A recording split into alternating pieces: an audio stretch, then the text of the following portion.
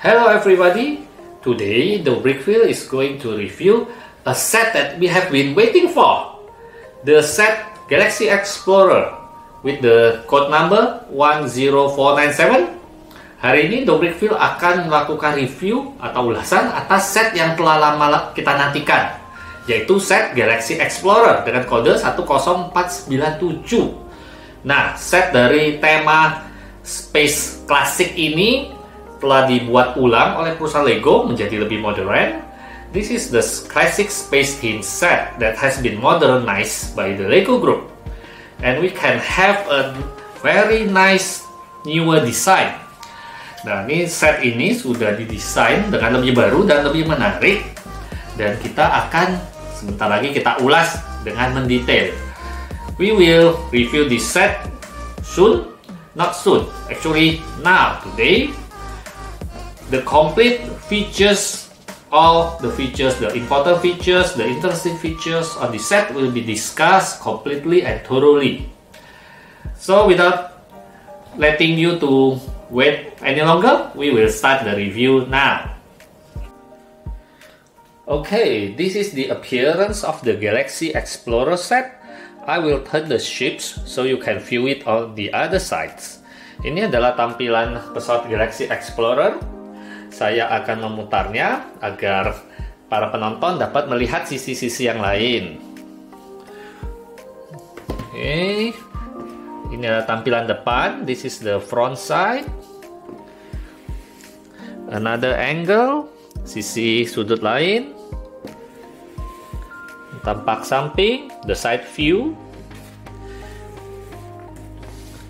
the rear view, sisi belakang,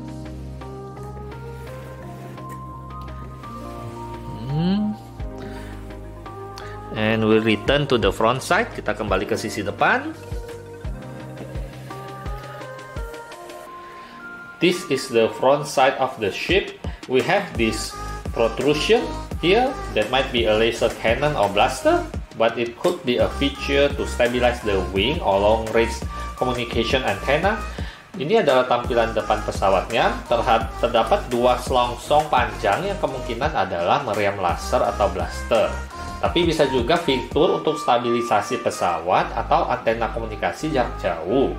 At the center is the large cockpit that can fit 4 minifigures. Pada bagian depan terdapat sebuah kokpit besar yang dapat memuat 4 minifigur.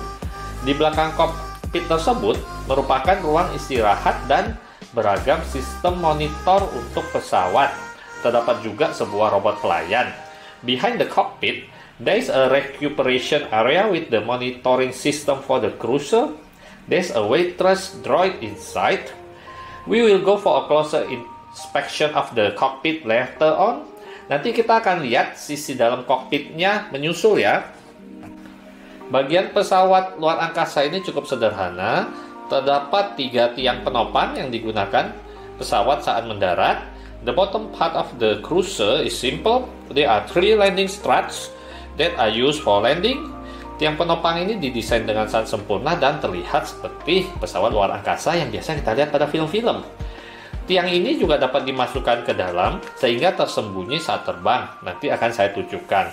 These struts are designed so well that it looks like spacecraft we have seen on movies. These struts can be retracted inside to stay hidden during flight. I'll show you after this. As you can see, these are the position of the landing struts when the cruiser is landed. Seperti yang dapat kita lihat semua, ini adalah posisi tiang penopang pesawat saat sedang mendarat. These 2 round circular things seems to function as exhaust ports to propel the spacecraft upwards during takeoff like Harrier jet or maneuvering during flight. Dua bentuk bulat ini kemungkinan berfungsi sebagai sistem pendorong untuk mengangkat pesawat luar angkasa ini ke atas saat naik, seperti pada halnya pesawat tempur Harrier, atau untuk manuver saat terbang. During flight like this, the landing struts are well hidden. Pada saat penerbangan seperti di video ini, tiang penopang pesawat tersembunyi. From the rear, we can see the main thrusters and the secondary thrusters. The main thrusters are used to propel the cruiser ship forward, while the secondary thrusters are used to gain additional speed and also for turning. Pada sisi belakang, kita dapat melihat mesin pendorong utama dan mesin pendorong kedua. Mesin pendorong pertama atau utama digunakan untuk mendorong pesawat ke depan, sedangkan mesin pendorong kedua digunakan untuk menambah kecepatan pesawat dan juga untuk manuver.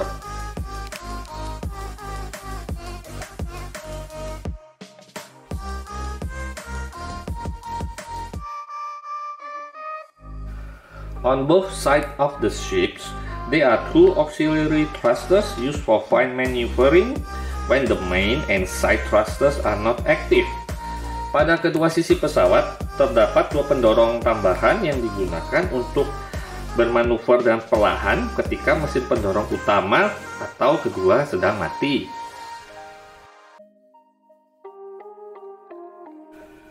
The tail fins of the cruiser can be split open to reveal the cargo hold with rover inside.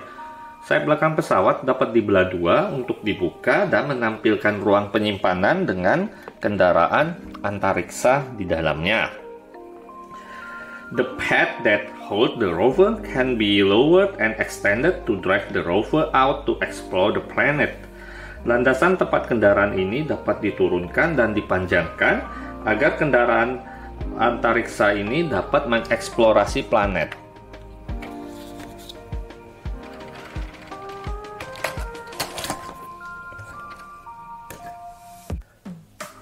There is an airlock to separate the cargo hold that is exposed to the outside atmosphere with the interior of the cruiser. Terdapat pintu kedap udara yang memisahkan ruangan kargo dengan bagian dalam pesawat. Don't forget there are two tools to be used by the astronauts. Tidak lupa terdapat dua peralatan yang dapat digunakan para astronot. On one side of the ship, there is a small hole that stores two signal guns or others artillery blasters.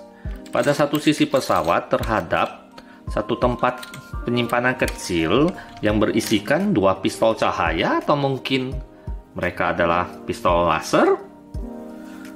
On the other small hole, there's a single black-colored oxygen tank. Pada ruang penyimpanan kecil yang satu lagi, terdapat tangki oksigen yang berwarna hitam, seperti yang ditunjukkan di sini. Let us discuss the positive points of this set. This cruiser has a thicker body, including the wingspan, which make it more real life, unlike the earlier cruiser that is only one plate thick. It has overall larger size compared to its predecessor. There's an additional droid for this set, which is not available on the earlier set. It has so many printed parts just for this set and no stickers, which make it a very amazing set to be had. Mari kita bahas sisi positif dari set ini. Sayap dan keseluruhan badan pesawat lebih tebal, membuat pesawat ini lebih realistis dibandingkan pesawat generasi sebelumnya yang hanya setebal satu plate. Pesawat ini juga memiliki ukuran lebih besar dibandingkan generasi sebelumnya. Terdapat juga tambahan satu droid yang akan melengkapi set ini. Dan sisi yang paling positif nih buat saya ya, set ini menyediakan beragam komponen yang di-print atau dicetak langsung khusus untuk set ini. Jadi sama sekali tidak ada stiker yang digunakan, yang menurut saya ini adalah segi yang sangat positif sekali. There are two negative points for this set to me. Terdapat dua sisi negatif set ini bagi saya. The first is that the steering for the cruiser are not centered toward the minifigure like what you can see in this picture. Kemudi pesawat pada set ini tidak pas berada di tengah-tengah minifigur seperti yang dapat kamu lihat pada foto berikut ini. The second one is that the main thrusters position do not make any sense. Where are the rest of the thrusters on the inside? Yang kedua adalah mesin pendorong utama tidak masuk akal posisinya. Di mana posisinya pada bagian dalam? As you can see, these are the main thrusters. Ini adalah mesin pendorong utama. Saat kita buka, now as you can see, there's nothing on this other side. Seperti yang dapat Anda lihat semua, tidak ada apa-apa di bagian sini. This is the set for adults, for 18 years old people and older. Ini adalah set untuk 18 tahun ke atas dan lebih tua lagi. This set is not logical for us. Set ini tidak masuk akal bagi kami sama sekali. I think the designer should do something on the inside to make it more realistic. Harusnya sih desainernya menciptakan sesuatu pada bagian dalam untuk membuatnya terlihat lebih realistis. Saya telah mengeluarkan 3 set tema space yang model lama untuk menemani set terbaru ini. Karena set ini terlihat sangatlah indah dan menarik, tentu saja harus ditemani oleh teman-teman lamanya. Atau ya kita bisa bilang kakak-kakaknya. Ya, mobil kakak ini juga ukurannya kecil. I have taken out 3 older model from the space theme sets to accompany this new and awesome space set. These 3, I don't know what we should call it, whether it's the little brother or older brother, because basically they are supposed to be older. They are made in the year 78 and 79, while this set is in this year, 2022. Saya juga bingung nih set-set ini harus dipanggil adik atau kakak, karena mereka sebetulnya diproduksi tahun 78 dan 79, sedangkan set ini 2022. Ya, nevertheless, this is really an amazing set and we rate it 10 out of 10. I might be a bit biased because I really love space theme sets, but this is really an amazing set and I really very grateful to the LEGO Group for sending this to us to review. Yang untuk set ini kami akan memberikan skor 10 dari 10, yaitu sempurna, tapi ya mungkin saya sedikit subjektif karena ya saya sangat menyukai set tema dari lini luar angkasa atau space. Dan kami sangat berterima kasih kepada perusahaan LEGO yang telah mengirimkan set ini kepada kami untuk diulas. Dan semoga ulasan kami hari ini cukup lengkap untuk para penggemar LEGO di Indonesia maupun dimanapun Anda berada. We hope our review for this set today will be complete and informative to all of the LEGO fans wherever you are. And we will see you again on our next review, dan kita akan berjumpa lagi pada ulasan LEGO di yang berikutnya. Terima kasih dan sampai jumpa. Thank you and see you all later. Bye bye.